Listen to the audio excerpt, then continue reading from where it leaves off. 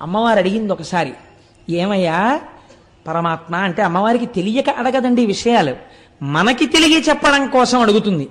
ఏమండి ఏమిటి, శిఖరేశ్వరం దగ్గరికి వచ్చి నందిని తిప్పి చరణందిని ఇలా చూస్తే శిఖరం కనబడితే ఇక పునర్జన్మ లేదా, మోక్షం ఇచ్చేస్తారా? ఎలా ఇచ్చేస్తారండి అలాగే? అలా కుదురుతుందా అని అడిగింది అమ్మవారు.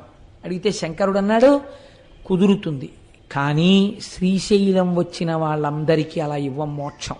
ఎవరికి కుదురుతుందో నీకు చూపిస్తాను, రా పార్వతి అన్నాడు. ఒక వృద్ధ బ్రాహ్మణ రూపాన్ని ఆయన స్వీకరించారు. ఒక వృద్ధ బ్రాహ్మణిగా పార్వతీదేవి వచ్చింది. ఇద్దరు ఆ శిఖరేశ్వరం దగ్గరికి వచ్చారు. ఎందరో మెట్లు ఎక్కుతున్నారు, నంది శృంగములలోంచి చూస్తున్నారు, కిందకి దిగిపోతున్నారు. అక్కడే ఒక చిన్న ఊబిని సృష్టించారు. అందులో ఈ వృద్ధ బ్రాహ్మణుడు దిగిపోతున్నాడు.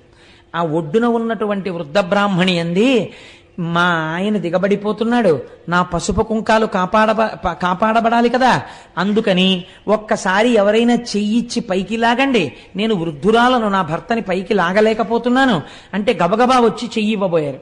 మీలో పాపం లేని వాళ్ళు పైకి లాగండి అనేటప్పటికీ నాకు పాపం లేకపోవడం ఏమిటి, ఎన్ని దిక్కుమాల పనులు చేశానని వెళ్ళిపోయాడు ప్రతివాడు. అటుగా ఒక వేశ్య కిందకి దిగుతోంది. ఈవిడ వేశ్య అని అందరూ అంటున్నారు.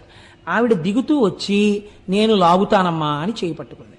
పట్టుకుంటే ఆవిడంది పార్వతీదేవి, ఏమమ్మా అందరూ మాకు పాపం ఉందని వెళ్ళిపోతుంటే నువ్వు ఒక్కదానివి వేశ్యవి అని వాళ్ళందరూ చెప్తున్నారు, వాళ్ళ పాపముల కన్నా నీ పాపము గట్టిది కదా, నువ్వు ఎలా లాగుతావు నా భర్తని అని అడిగింది. అయితే ఆవిడంది, శ్రీశైల శిఖరం దృష్ట్యా పునర్జన్మ న విద్యతే. అమ్మా నేను ఇప్పుడు శ్రీశైల శిఖర దర్శనం చేశాను, శ్రీశైల శిఖర దర్శనం చేత మోక్షం రావాలంటే పాపము లేదు పుణ్యము లేదు, రెండూ సున్నా అయిపోతే కదా మోక్షం.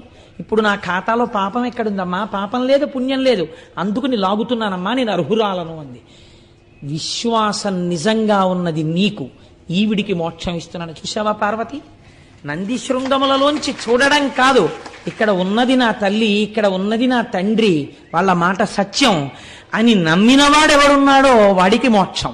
కాబట్టి శ్రీశైల క్షేత్రం